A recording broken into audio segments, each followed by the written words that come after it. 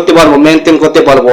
এই দেশ নাকি আলেম ওলামার দেশ, এই দেশ নাকি মুসলমানদের দেশ, এই দেশ নাকি বীরের দেশ, এই দেশ নাকি ছাত্র জনতার দেশ, এই দেশ নাকি স্বাধীন দেশ, এই দেশ নাকি মুসলমানদের দেশ, এই দেশে নাকি কোনো অন্যায় অত্যাচার চলবে না, এই দেশে নাকি কোনো অন্যায় অত্যাচার চলবে না, এই দেশে নাকি অন্যায় অত্যাচার হলে তারা প্রতিবাদ করবে, তারা অন্যায়ের বিরুদ্ধে প্রতিবাদ করে।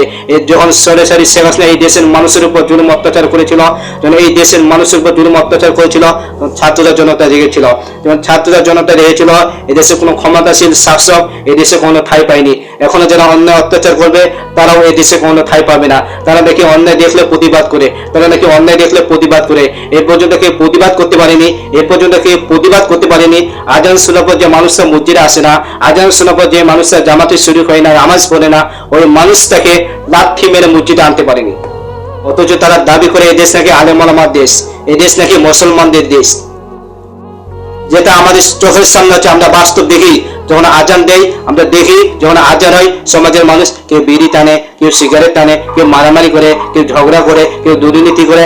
আমাদের চোখের সামনে এসব হওয়ার পর আমরা প্রতিবাদ করতে পারি না, আমরা প্রতিবাদ করতে পারি না। যে ইমানদারের যে পরিচয় দিতে যান, যদি মুসলমানদের পরিচয় দিতে যান, যারা আজান শোনাবার যে মানুষটা চায় দোকানে বসে আড্ডা মারে, ওই মানুষটাকে লাথি মেরে মসজিদে নিয়ে আসবেন। যদি ইমানদারের পরিচয় দিতে যান, যদি মুসলমানদের পরিচয় দিতে যান, আজান শোনাবার যে মানুষটা রাস্তার মধ্যে চলাফেরা করে, ওই মানুষটাকে লাথি মেরে মসজিদে নিয়ে আসবেন। যদি ইমানদারের পরিচয় দিতে চান, যদি মুসলমানদের পরিচয় দিতে চান, যদি সাহসী বীরের পরিচয় দিতে চান, আজান শোনার পর যে মানুষটা গান বাজনার মধ্যে মেতে থাকে, ওই মানুষটাকে লাথি মেরে মসজিদে নিয়ে আসবেন।